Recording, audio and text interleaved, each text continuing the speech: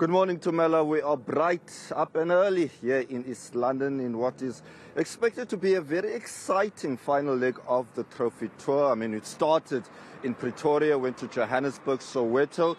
Then it was the turn of the mother city, Cape Town, before moving to Durban. And now it's the turn of the Eastern Cape. And when I say the Eastern Cape, we are expecting people from all over the province to descend here in East London. The stage is set to mellow, and what we are expecting there will be some activity. I mean, there's entertainment that is planned, as well as some speeches. The sports minister is also here, Uzi Zikotwa. We will also be expecting some gifts to be given to the Springbok players. But what we also know is that at around 8 o'clock, the Boks will also hold their own press conference. We are expecting an exciting day of entertainment, exciting day of fun, Tumelo, when this trophy tour kicks off at about 9:15 this morning. At 10 o'clock, we'll be hitting the streets of East London, going to such areas as Mdantsane, which is still considered the second biggest township in the country, Duncan Village, as well as areas near the CBD.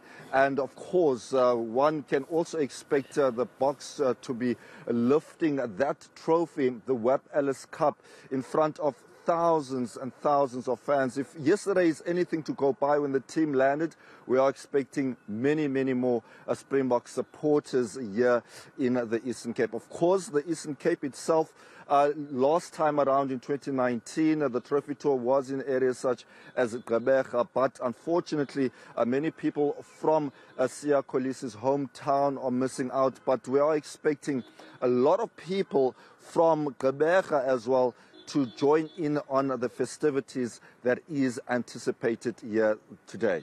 Also, I know that Captain Siya Kolisi would not be in attendance.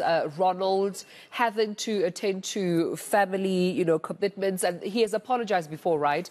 That not all Springboks, even with day one of the trophy tour in Johannesburg, could attend because of either family commitments or they had to go back to their club commitments, some of them as far as Europe. But in as far as the trophy tour is concerned, with those that will be in attendance, what are some of the routes that we can expect the bus to take, so that, if anyone wants to actually camp at a certain route, they can think, you know what, actually, I will camp on this particular street so that I can cheer the Springboks on. And this perhaps may even help, Ronald, with crowd control, so that everybody is not just at one vicinity, right? Yes, indeed, and it's very important, and I can tell you this morning that the security cluster will be meeting very early just to discuss some of the protocol that they must follow. They did say during the week that they are waiting for the worst case scenario, and in this instance, sometimes people who are joining these routes will be running along the bus trying to cheer the Springboks. We even heard of incidents of people trying to hop onto the bus while it's in motion, which is very dangerous. So a security cluster, the police, law enforcement, they'll be kept on their toes.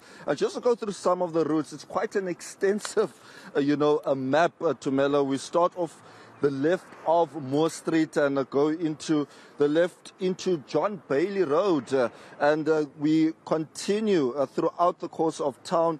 And where the stretch of this route is the longest is when we head to Mdantsane, which is approximately 20-25 kilometers outside of town, and we drive into Mdantsane, the main road, into areas such as Duncan Village, which is also the next township. But another area of significance during this course of the road will be Southernwood, an area where there's a lot of students, a lot of young people from the university, the tertiary institutions here in the East London area. So it's quite a long day that we are expecting, approximately about 4 hours, because at around 2 o'clock we are expecting this particular trophy tour to conclude, where there will be final speeches made before, I'm sure, a lot of the Springboks will take a well-deserved break, because this has been not only a grueling trophy tour, but it has been a long sort of 3 months for the Boks, given that they've been preparing for the World Cup.